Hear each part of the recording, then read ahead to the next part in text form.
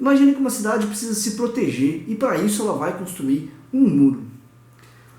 Vamos começar de novo. Imagine que uma cidade precisa construir uma ponte para poder se comunicar com a cidade vizinha e assim elas construírem uma sociedade melhor. Quem vai ser mais importante na construção dessa ponte? Uma pessoa que é capaz de colocar alguns tijolos, uma pessoa que é capaz de recrutar outras pessoas que sejam capazes de colocar alguns tijolos, ou ainda uma outra pessoa que é tanto capaz de colocar alguns tijolos, quanto de chamar e ainda instruir outras 100 pessoas para que elas também sejam capazes de colocar alguns tijolos. Vamos conversar um bocadinho?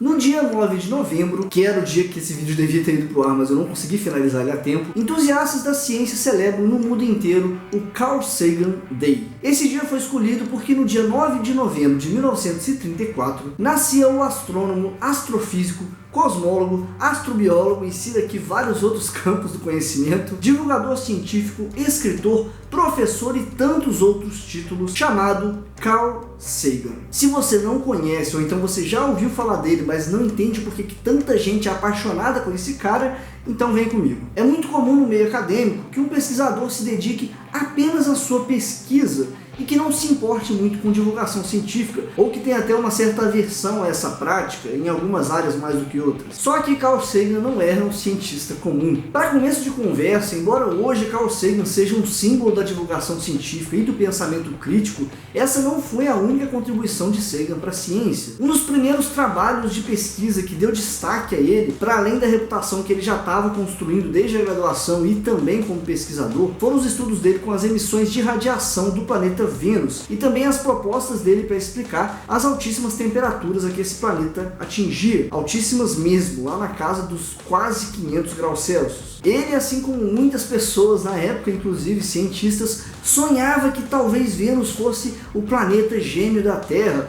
lotado de pântanos, oceanos e florestas. Só que após estudar o planeta, ele teve que admitir, ainda que fosse muito frustrante, que Vênus era de fato um planeta muito quente, seco e bem provavelmente sem vida. Com o prosseguimento desses estudos, ele foi também um dos pesquisadores que contribuiu na descoberta do aquecimento global e também na descoberta de que a Terra não está a salvo de também se tornar um planeta inabitável se a gente não começar a tomar os devidos cuidados hoje. Mais tarde ele também estudou o planeta Marte e ele participou dos estudos que provaram que a mudança de cor de Marte não era devido a estações, e sim devido a ventanias. Ele também foi essencial na descoberta que Titã, um dos satélites de Júpiter, poderia conter aminoácidos. Não só isso, ele e o bioquímico Kari, que eu não sei como pronuncia esse nome, mostraram que uma molécula chamada tolina pode estar presente em material interestelar. Material interestelar é um material que preenche o espaço entre sistemas estelares e sistemas planetários. E da mesma forma eles descobriram que essas moléculas poderiam estar presentes em Titã. Então eles simularam a atmosfera de Titã em laboratório,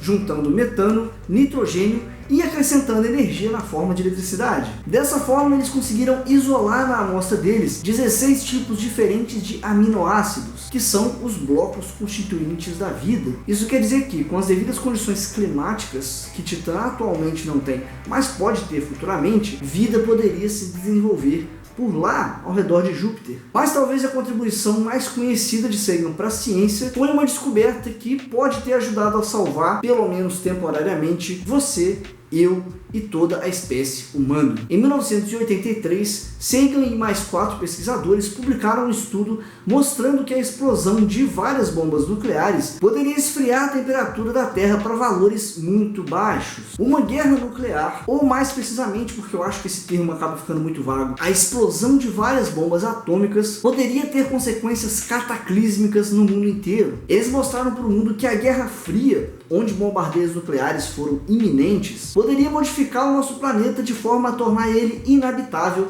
para diversas espécies, incluindo a nossa. Esse tema do inverno nuclear merece um vídeo só para ele e eu já anotei na minha agenda porque eu sei que vocês vão pedir nos comentários, faz um vídeo sobre o inverno nuclear. Mas então, com esse estudo, com o livro que ele publicou sobre esse assunto e com toda a mobilização que ele liderou com governos e até com instituições religiosas, mesmo não sendo ele uma pessoa religiosa, ele ajudou a prevenir o que certamente seria uma catástrofe irreparável. Então, considerando as descobertas dele para a ciência, não só para a ciência como conhecimento formal, mas também para a sociedade, e todo o prestígio que ele já teria conquistado só com isso, ele podia muito bem fazer como os jogadores de futebol brasileiro fazem depois que passa dos 30 anos e viver só do nome e das glórias do passado. Inclusive tem muito pesquisador que faz isso hoje em dia. Aliás, deixa eu abrir um parênteses aqui. Com esse excesso de burocracia que inunda as universidades, principalmente aqui no Brasil, uma coisa muito comum tem sido a tal da Salame Science. A Salame Science é basicamente o pesquisador pegar um trabalho que poderia ser um trabalho único e dividir ele em 200 partes completamente desnecessárias e que ninguém nunca vai ler. Esse é um problema que é principalmente causado por essa idolatria à produtividade em que a gente vive hoje. Se alguém quer continuar sendo reconhecido como pesquisador formalmente, embora isso já não seja uma profissão regulamentada, é considerado como uma atividade secundária aqui no Brasil, não é exigido que ela tenha uma pesquisa que esteja em andamento. É exigido um número X de artigos, um número X de relatórios, um número X de participações em congresso e vários outros controles burocráticos que só servem para preencher papel que ninguém nunca vai ler e tomar tempo que poderia estar sendo gasto com o trabalho em si. Mas vamos fechar esses parênteses gigantes e voltar a falar do tema do vídeo. Então Sagan, com todas essas contribuições, já tinha registrado o nome dele na história da ciência e também já tinha dado contribuições gigantescas para a sociedade. Ele não precisaria se dedicar também a tornar ciência compreensível para a população, mas ele não se conformou. Não bastasse Sagan já ter colocado vários tijolos na construção da ciência, ele também foi responsável e é até hoje por um número incontável de pessoas se interessarem por ciência e inclusive se tornarem cientistas. Talvez a fama dele como divulgador científico tenha ofuscado um pouco os trabalhos dele na pesquisa, exatamente porque a divulgação é uma parte vital da ciência e não é só um apêndice que a gente faz porque não tem outro jeito. Logo no prefácio do livro O Mundo Assombrado pelos Demônios, ele deixa claro por que é que ele resolveu fazer mais. Sagan ficou muito conhecido por sua capacidade de mostrar ciência e temas científicos não só como uma série de cálculos e argumentos racionais, mas principalmente como assuntos encantadores. Embora ele sempre tenha divulgado o pensamento cético e falado a favor da argumentação racional, uma das coisas que torna ele insubstituível era a capacidade dele de levar a ciência para um lugar emocional. Ler os livros dele, seja de ficção ou não, assim como assistir Cosmos, que é a série que provavelmente foi o que deixou ele mais conhecido mundialmente, ouvir as entrevistas e discursos dele, enfim, todas as obras dele e as obras em que ele participou, não são só momentos onde você termina se sentindo mais bem informado, são profundas experiências humanas. Ele conseguia fazer uma das coisas mais difíceis dessa vida, que é unir ciência e arte, ceticismo e admiração. Enquanto hoje é muito comum a gente ver entusiastas da ciência às vezes menosprezando, por exemplo, a poesia, a arte, a música, a literatura e tantas outras formas de expressão humana que não são intrinsecamente científicas. Carl Sagan sabia que o ser humano não é feito só de razão, e no prefácio do livro O Mundo Assombrado pelos Demônios, a primeira coisa que ele deixa clara é que, embora ele fosse muito grato aos professores universitários dele, com quem ele pôde aprender a fundo o exercício da ciência e com quem ele trabalhou depois nas diversas pesquisas a que ele se dedicou, as coisas mais essenciais ele aprendeu não com seus professores universitários e nem seus professores de colégio, mas sim com seus pais que não sabiam nada de ciência. Nesse prefácio ele conta que quando ele tinha 9 anos de idade ele brigou com um amigo. Mais tarde a mãe dele estava com ele numa janela, ela apontou para o oceano e falou com ele: lá tem pessoas brigando, se matando do outro lado do Atlântico. Isso era uma época da Segunda Guerra Mundial. E ele, como criança, espremeu seus olhinhos e falou: eu tô vendo eles. E ela, mãe afetuosa, respondeu: não, você não tá vendo, eles estão longe demais. Que tipo de mãe responde isso pro filho ao invés de incentivar a imaginação dele? Talvez o tipo de mãe que quer que o filho entenda que a nossa imaginação pode fazer a gente ver coisas que não estão diante dos nossos olhos e que nossos sentidos não são tão confiáveis assim. Um pouco depois, nesse prefácio, ele conta que naquele mesmo ano ele estava impressionado porque o pai dele contou para ele que não existia o maior número, que você sempre podia acrescentar mais um. Ele, como uma criança curiosa, resolveu, obstinado, que ele queria escrever de 1 até 1000, e aí ele começou a escrever e ele não queria parar para tomar banho quando a mãe dele chamou. O pai dele foi lá e conciliou e se propôs a continuar a contagem para ele se ele fosse lá tomar o banho. Depois, mais tarde, ele voltou, o pai dele já tinha quase terminado e ele, antes de dormir, conseguiu chegar a 1000, e ele foi dormir fascinado com a magnitude desse número. Por último, ele conta que os pais dele, ainda naquele ano, levaram ele para uma feira de ciência. Lá foi enterrado uma cápsula do tempo,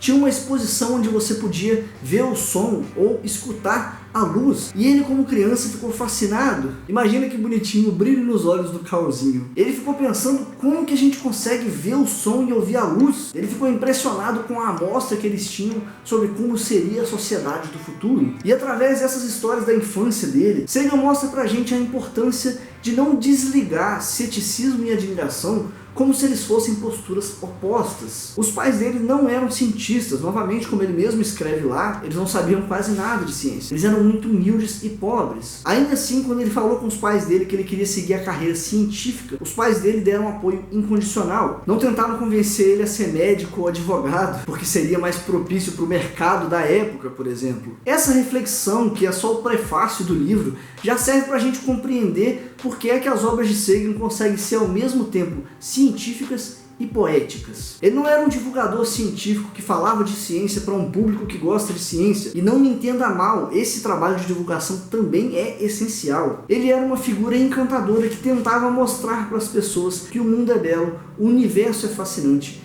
e a ciência pode ser apaixonante e essencial na construção de uma sociedade. Eu pessoalmente acho que ele tinha uma compreensão do ser humano que eu considero inspiradora hoje para mim como pessoa e também como divulgador científico, que é a compreensão de que nós seres humanos não somos puramente racionais e nem puramente emocionais, nem qualquer outra definição simplória de como nós funcionamos ou quem nós somos, que tentar encaixar a gente em só uma dessas caixinhas é renunciar a partes importantíssimas daquilo que nos torna humanos. Nós, seres humanos, somos animais de carne, osso e sangue quente, mas também temos um pequeno cérebro que é evoluído o suficiente para elaborar ideias complexas sobre a realidade, para construir campos de conhecimento ricos como a física, a filosofia, a matemática, a história, e ainda assim falha o suficiente para fazer a gente brigar porque eu falei física antes de filosofia, ou porque eu não mencionei aqui o campo de conhecimento que você mais gosta. É um cérebro evoluído o suficiente para desenvolver tecnologias inovadoras que cada vez mais levam adiante o progresso e o conforto da nossa espécie, capaz de construções artísticas fascinantes como a música,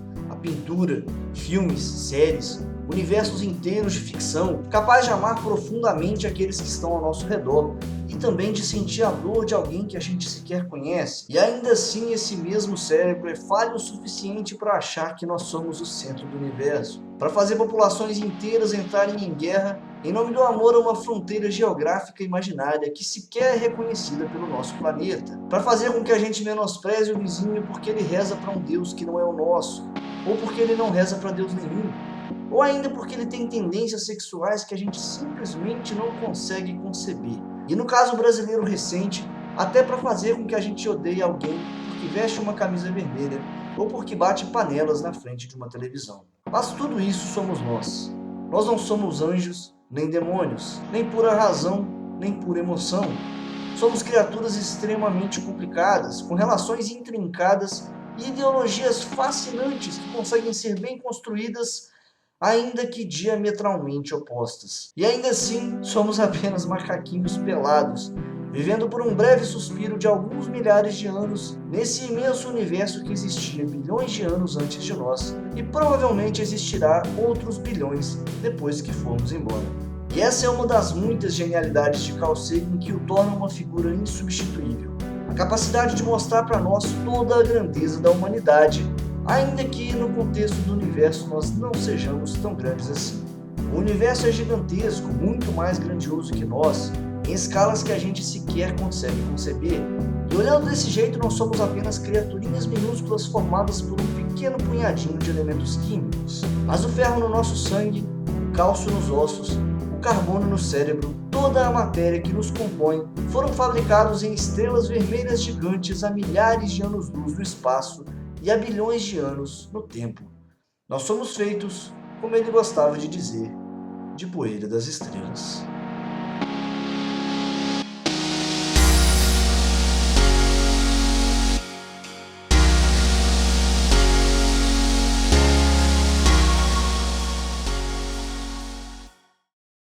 Olá, que bom te ver aqui nos pós-créditos, porque eu tenho alguns recados importantíssimos. Primeiro de tudo, você gostou desse primeiro vídeo da série O Mundo Assombrado pelos Demônios?